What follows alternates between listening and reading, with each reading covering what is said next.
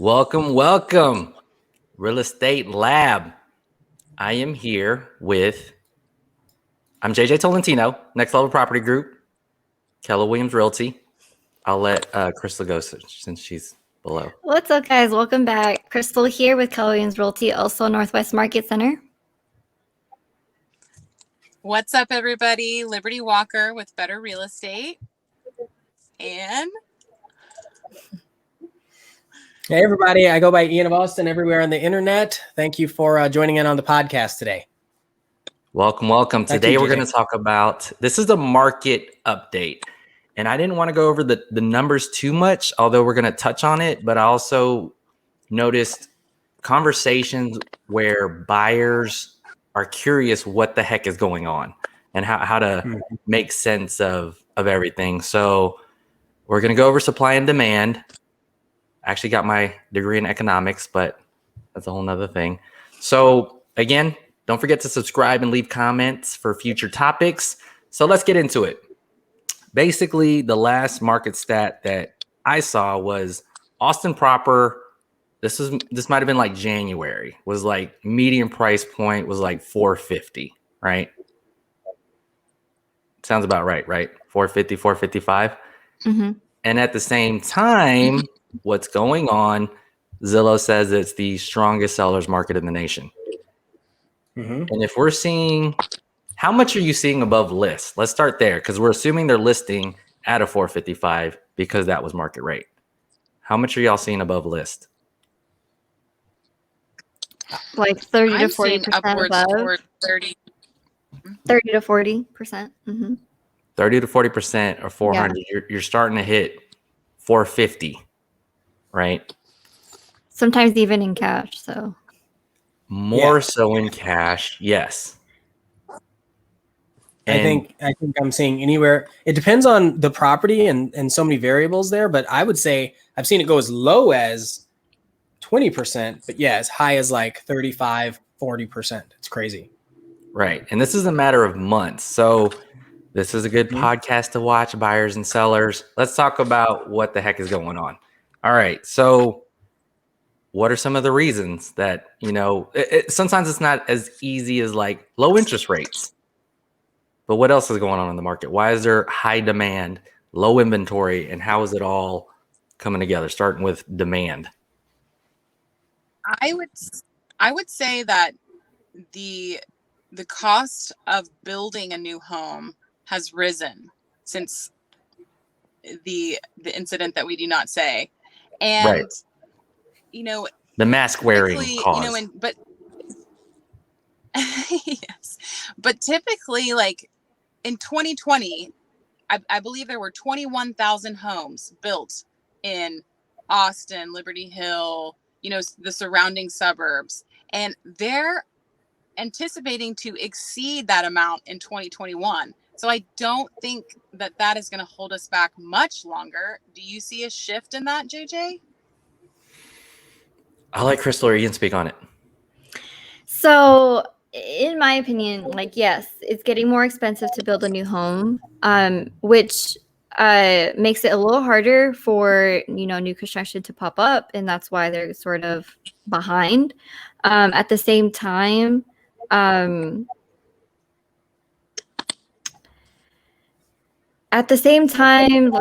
people, there's such a high demand. And so it makes it a little harder for people who are, shifting from, instead of buying resale because it's so hard because the inventory is so low, a lot of our recommendations are try looking into new build, but there isn't very many and it's getting harder to build. So it's how are we going to catch up to that demand? Yeah, I think there's obviously a high demand. I think the demand is not slowing down here.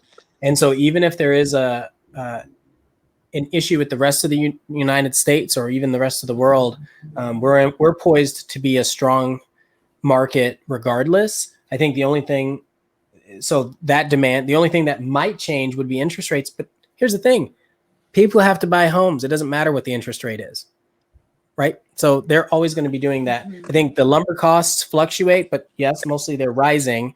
And the other thing is and this is for anybody listening right now. If you have a house or have equity in a home and you're like, should I sell it? If you have another place to go, you should probably consider it, unless you want to hold it for an inventory. That's one thing. But as far as maximizing your profit, right now is a solid time because there is so much demand. And how often are people getting, when have you ever heard of people getting more than 30% over list regularly? So just take that into Never. consideration. I mean, I think that's important to know.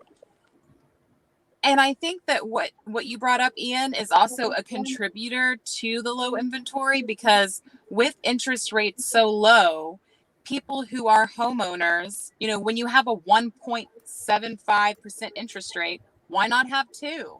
Why not have two mortgages? Yeah. So instead of selling that home to kind of, you know, do the whole hermit crab changing the shell scenario, they keep the shell, and now there's no shell for Crystal and I to go by. So I think that's definitely contributing to the low inventory.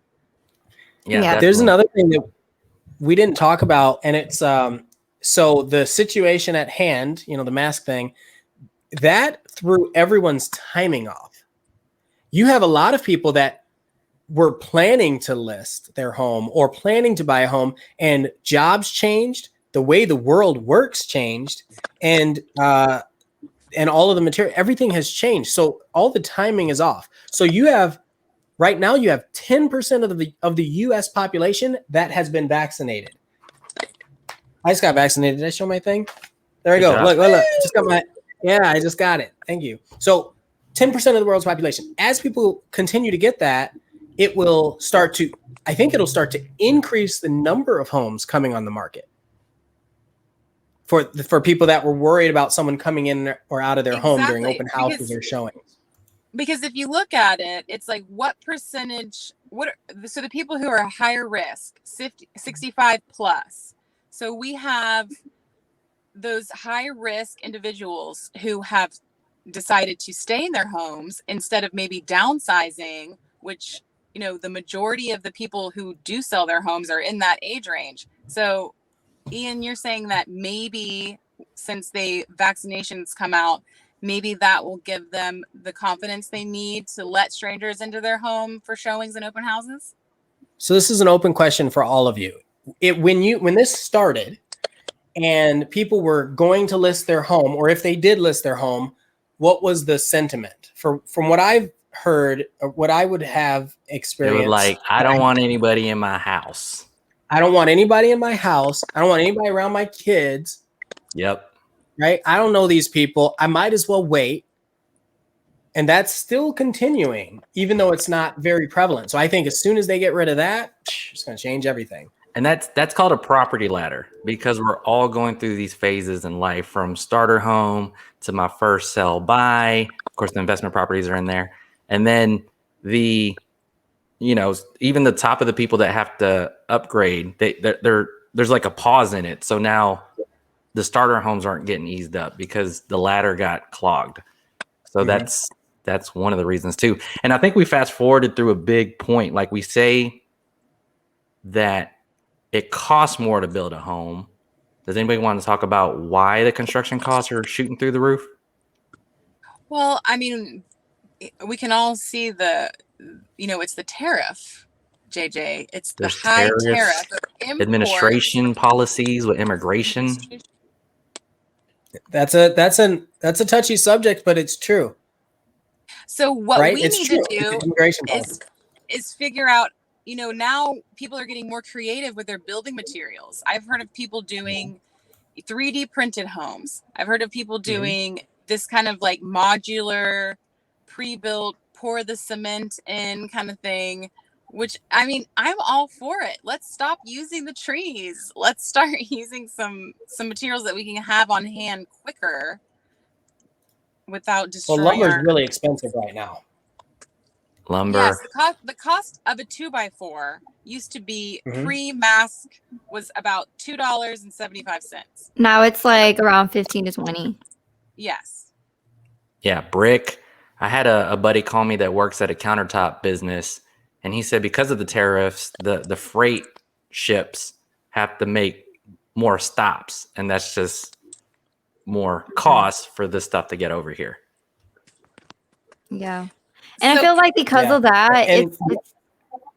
I feel like because of that, I think in order to sort of meet that high demand of like buyers, obviously like we need to build more, but it's getting so expensive, and that's what's kind of like holding off new construction from hopefully trying to meet that demand. Yeah, because if they're gonna spend that much on a home, I just recently closed on a home, and I'm just like, this cannot be this price. But at the same time, there's nothing available. They could only leak out so much. They can't build this many homes that are this expensive. I think it's gonna get weird for the builder. So right now, it's just a clogged system, and we're talking about a lot of like national issues. This is very like national generally. And there's also, because of the mask situation, we can't say certain words here. There's some people that may have gotten foreclosed on, but there's like some forbearance, so they get to elongate that. It's a little bit of supply here and there, depending on where you're at. So that's stocked up too. And they keep pushing that back. Like it was supposed to be, September of last year, and it keeps getting posted, and now they're like sometime after June, which is very vague. Yeah. So that means that people are staying in their homes and not selling. Mm-hmm. Yeah. Well, and the thing about forbearance, and because not everybody knew it when they accepted it, there were a lot of people that had no clue that they had to pay it back, and so I think the government is trying to figure out like, whoops, a lot of people aren't just going to have cash to be able to pay it all back, right? So then I think that's part of why the extensions have happened, because you can't just tell people, yeah, well, it's due.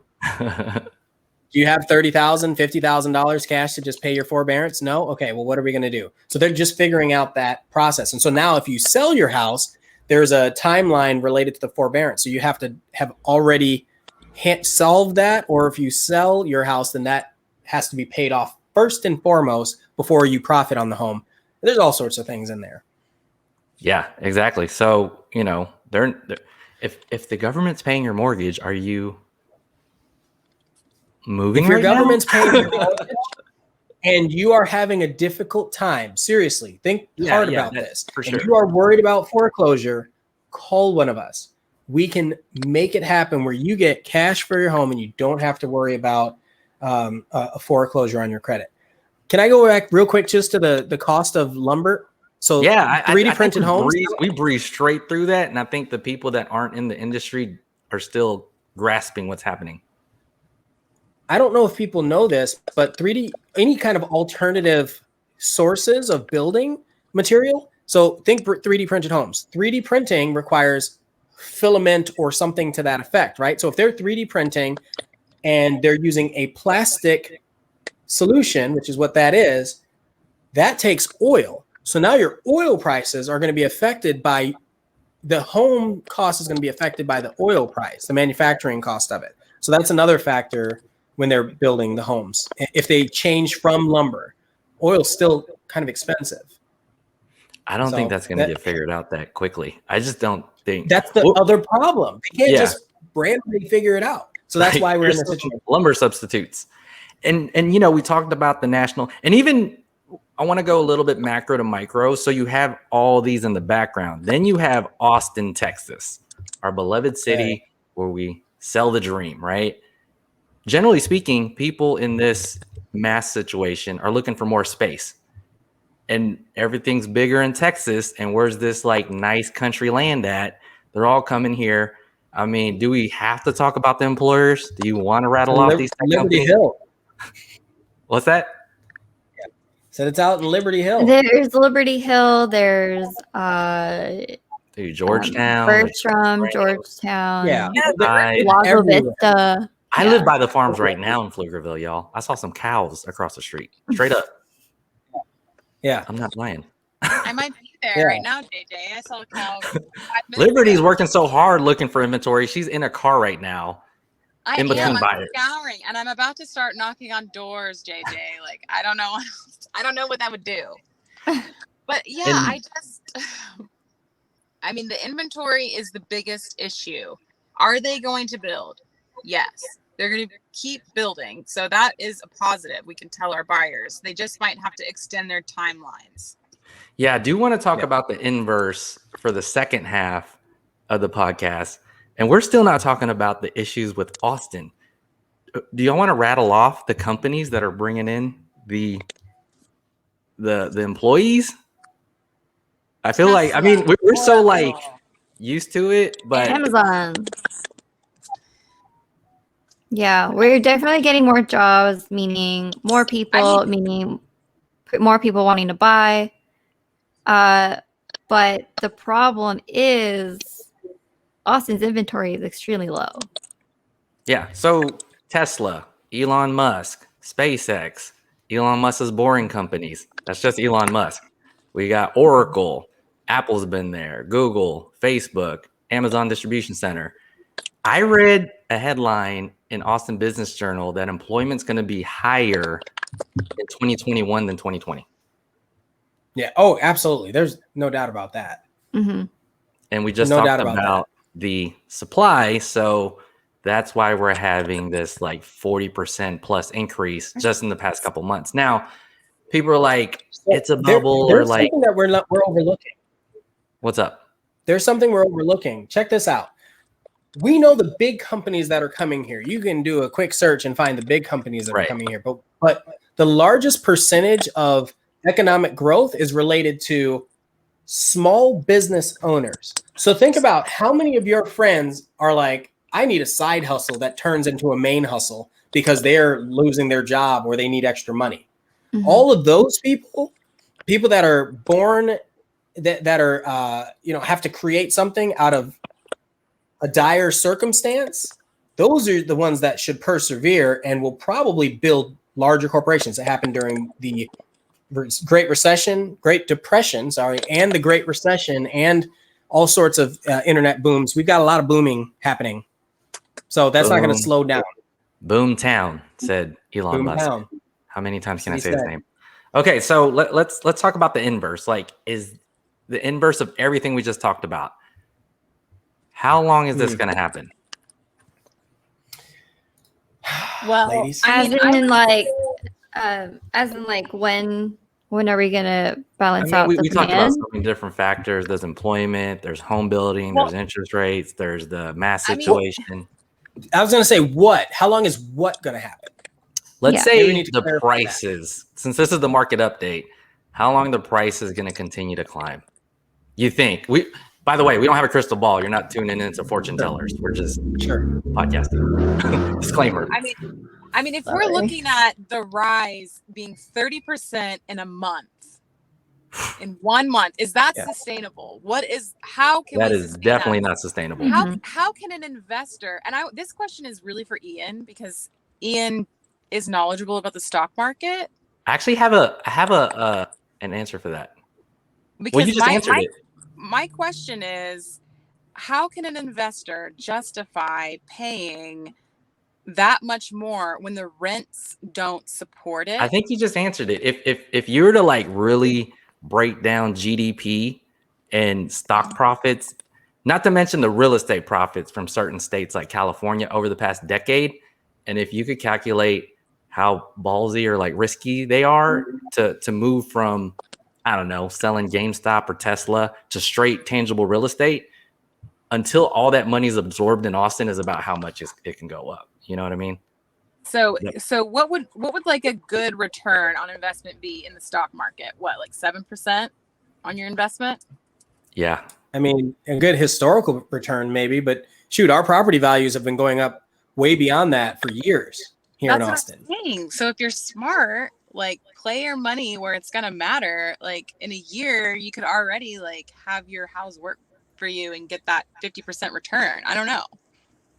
Okay, let's put it like this. The median price point, would you agree, is probably around $550 without looking at hardcore stats? Yes. Are we talking about closed price or list price? Closed price, Austin proper.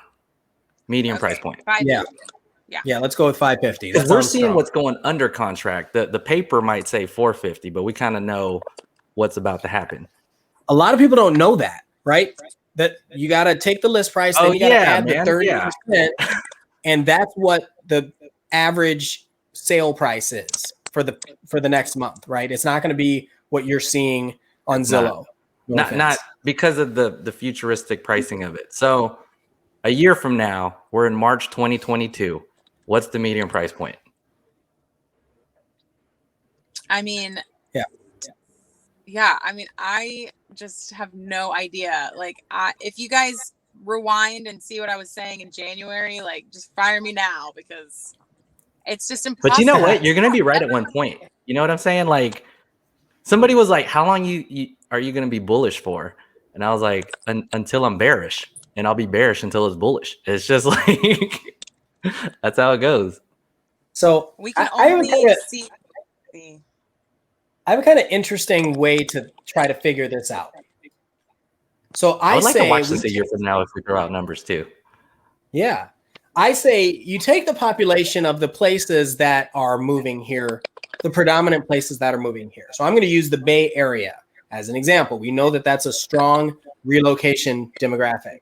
Well, they had 3.3 million people in 2020. I'm going to guess that 40% of that, and I don't know the numbers, but let's say 40% of that will plan to move to Austin, Texas, because they're, let's say 25% of that. Austin, Texas, or Texas, because they are going all over Texas.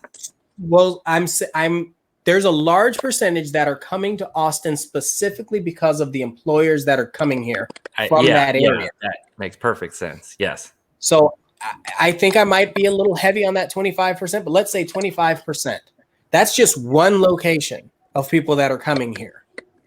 That has nothing to do with New York, Florida, or any of the smaller places. Chicago. I think Louisiana is the next state that migrates here the most. That's because they're close in proximity. So all that to say, you have all these people that are moving here. Yeah, but who has the most money? Right? So if you're coming from a place where the price per square foot is $1,200 and they're like, Austin is only $400 a square foot. I'll pay $450 a square foot. Ooh, I like how you're comparing that median dollar per square foot. Yeah, because San Francisco same value to somebody who has a lot of it, like too much. An abundance of it. It does have value, but they're seeing it differently than someone who doesn't have the money. So, what do we tell our local home buyers? What can we do for them? Okay, so the median price point used to be 400s. If you're watching this, there's a big chance you're a $400,000 buyer. To answer Liberty's question, what do you do in this market? And let's say majority of you are financing. I'm going to say, please, I've had mixed thoughts on this, the love letter. I'm saying, please, to my clients, write one, because sellers do consider that. Mm-hmm. They will. Yeah. If you're wanting to buy resale, yes, definitely do those cover letters. What I tell my buyers is that they could look into new construction, but right now they're doing wait lists. How long are those wait lists? We don't know. What are your chances of getting a new construction home? We don't know. But the sooner you're there, the sooner you'll get one. And it will take a little while. I feel like new construction is definitely trying to catch up with that demand. And in my opinion, my prediction is probably going to be 3 to 5 years that new construction could possibly catch up with the demand. That makes sense to me. Yeah. Ian, I'm a millennial, 400,000. I saved up on my down payment. I've always wanted to get an Austin property. What do? I'm financing. What's your budget as a millennial saved up all his down payment? 400. So budget's 400. Shop at 325. Mm-hmm. That's the answer. If you are shopping today, shop at 325. It's still going to appreciate.